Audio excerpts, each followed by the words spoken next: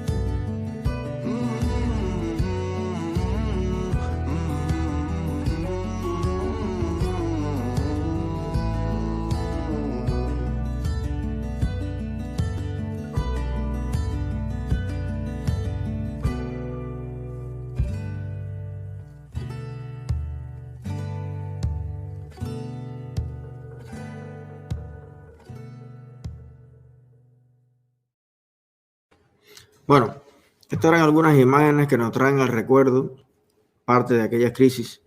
Voy a recordar algunos datos para saber en qué contexto, cómo ocurrió el asunto del maleconazo. Una profunda crisis económica generada cuando Cuba dejó repentinamente de contar con la, entre comillas, generosa ayuda de la Unión Soviética. Sumió a los cubanos de a pie en una supervivencia miserable y vivieron lo peor del llamado periodo especial en tiempo de paz. Se suele pensar que antes del colapso de la Unión Soviética los cubanos vivíamos genial, ¿no? En Cuba había de todo. Bueno, ese de todo no es realmente de todo. Es de todo, depende con qué lo compare. De todo lo que se conocía o de todo lo que se podía encontrar. Pero el de todo era casi nada. Cuando uno en cualquier país capitalista, desarrollado o no, aunque sea un pequeño país centroamericano, visita las tiendas, los negocios, los comercios bien abastecidos, se da cuenta de que aún con la ayuda súper interesada de la Unión Soviética y de Rusia en particular, las tiendas en Cuba lo que tuvieron siempre fue 3 o 4 productos. Y se vendían en Cuba miles de pares de zapatos iguales. Y tú mirabas a la gente en la calle y no había diversidad, no había identidad, no había libertad. Era un país uniforme o uniformado. Si venían juguetes, había que escoger entre 2 o 3 modelos de juguetes. Todo indicado, todo controlado, todo de acuerdo a la voluntad del Partido Comunista. Eso no es haber de todo. Eso era tener un poquito más de lo que tenemos hoy, que no hay de nada. Pero eso no es que hubiese de todo. De hecho, hay chistes y todo con eso, ¿no? Pero ahora no me acuerdo. Cuando no me acuerdo bien el chiste, mejor ni lo cuento. Pero de eso, de personas que están aquí en Miami, que su mamá le dice, no, pero es que antes había de todo. Pero cuando lo llevan aquí a un mall, se dan cuenta de que el de todo era prácticamente de nada, ¿no? Bueno, entre el 28, una buena parte de la población se dedicaba en 1994, el año crucial de la crisis, a buscar la manera de montarse en algo para abandonar el país. Entre el 28 de mayo y el 4 de agosto de ese año, grupos de cubanos irrumpieron en las embajadas de Bélgica y Alemania o secuestraron embarcaciones como el remolcador 13 de marzo, hundido por el régimen con más de 60 personas a bordo, el carguero La Cobre y la lanchita que cruzaba del puerto hasta Regla. 2 veces fue tomada esta lancha. Esto fue el caldo de cultivo perfecto para el maleconazo. El 5 de agosto, decenas de cubanos se congregaron en el malecón habanero, cerca de La Punta, el castillo colonial que complementa al Morro en la defensa del puerto. Habían escuchado el rumor de que varias lanchas grandes llegarían desde los Estados Unidos para recoger a quienes quisieran irse. Ese fue, digamos, la bola, el run run que movilizó a tantas personas a la misma vez. El 12 de agosto, Cuba elimina las restricciones a las salidas ilegales, lo que da lugar a la crisis de los balseros. Señores, todo esto pasó muy seguido. En unos pocos meses pasaron muchas cosas importantes dentro de Cuba. Ante esta situación, el 19 de agosto del 94, la administración Clinton anunció que se impediría la entrada de los balseros al territorio estadounidense. O sea, hubo una avalancha de personas que en todo tipo de embarcaciones, todo tipo de balsas, intentaban llegar a las costas de los Estados Unidos. Entró una gran cantidad. Ahora vamos a decir los números, hasta que ya los Estados Unidos no pudo asimilar más esta crisis y empiezan entonces los guardacostas norteamericanos a capturar en el mar a los balseros y llevarlo a la base naval de Guantánamo, lo cual también provocó un colapso por cantidad de personas yendo hacia la base. Entonces, el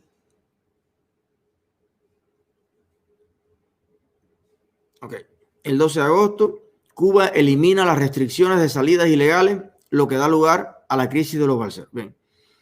En un periodo comprendido entre agosto y septiembre del 94, un total, fíjense, entre agosto y septiembre, con un plazo de un mes, un total de 32.362 ciudadanos cubanos fueron interceptados en alta mar y trasladados a la base naval de Guantánamo por barcos guardacostas de los Estados Unidos.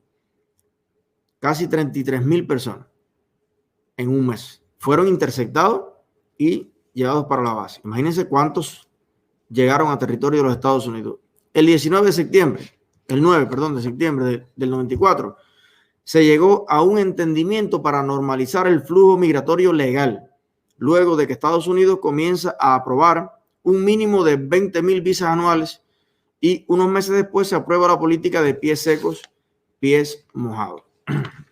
Bueno, se llega a un acuerdo migratorio entre la dictadura cubana y el gobierno de los Estados Unidos, donde el gobierno de los Estados Unidos, en ese tiempo de Clinton, se compromete a emitir 20.000 visas legales para frenar este flujo migratorio, y a cambio las autoridades de la dictadura se comprometen a tomar acciones más decisivas para que no siguieran saliendo las personas en masa dentro de Cuba. Fíjense cómo la dictadura cubana, en primer lugar, no afecta solamente a Cuba. Como mismo la dictadura de Maduro y de Chávez en Venezuela no ha afectado solamente a Venezuela, ha afectado a toda el área, ha afectado a toda América. Bueno, eso mismo pasa en Cuba hace 61 años. Lo que sufrimos los cubanos tiene un impacto, tiene consecuencias, producto de la propia emigración en todo Centroamérica, en los Estados Unidos y en muchos lugares más. Esto, evidentemente, hace muy claro que los Estados Unidos no puede ni debe hacer caso omiso, mirar para otro lado y quedarse de brazos cruzados, mientras en Cuba el pueblo tiene cada vez más hambre, cada vez más desesperación, está cada vez más oprimido, está cada vez más perseguido, y esto evidentemente puede llegar a provocar un estallido social de gran magnitud con consecuencias para Cuba y para todo el área. Por eso creo que es importante tener una estrategia coherente, que en este caso es de presión, de influencia directa, tanto nacional como internacional, contra la dictadura, para que de una vez y por todas Cuba pueda llegar a ser un país medianamente normal, un país estable, un país pacificado, un país unido, en que por lo menos no tengamos más dictadura. A lo mejor podemos tener otros problemas como los tiene Perú, como los tiene Costa Rica, como los tiene Chile, como los tiene otro país, pero que sean preferiblemente problemas de la democracia y no problemas de la dictadura, que es otra categoría mucho más dañina y más destructiva que los problemas de la democracia. Bueno, el tema de hoy más que una orientación, más que una disertación personal, a mí me gustaría que fuera un excelente debate. Por eso voy a poner, antes que de costumbre, el link para que personas como ustedes que visitan nuestra directa, personas inteligentes, hermosos y aseados, pero sobre todo racionales, personas que no los mueve otro sentimiento que la voluntad de que Cuba sea un país libre, un país próspero, personas que no están movidas por ningún tipo de odio ni de sentimiento negativo, podamos tener este diálogo acerca de qué hacer sí, qué hacer sí, ¿no? Y ahora les voy a explicar pues en qué consiste mi preocupación, pero más que preocuparnos, lo que tenemos que hacer es ocuparnos.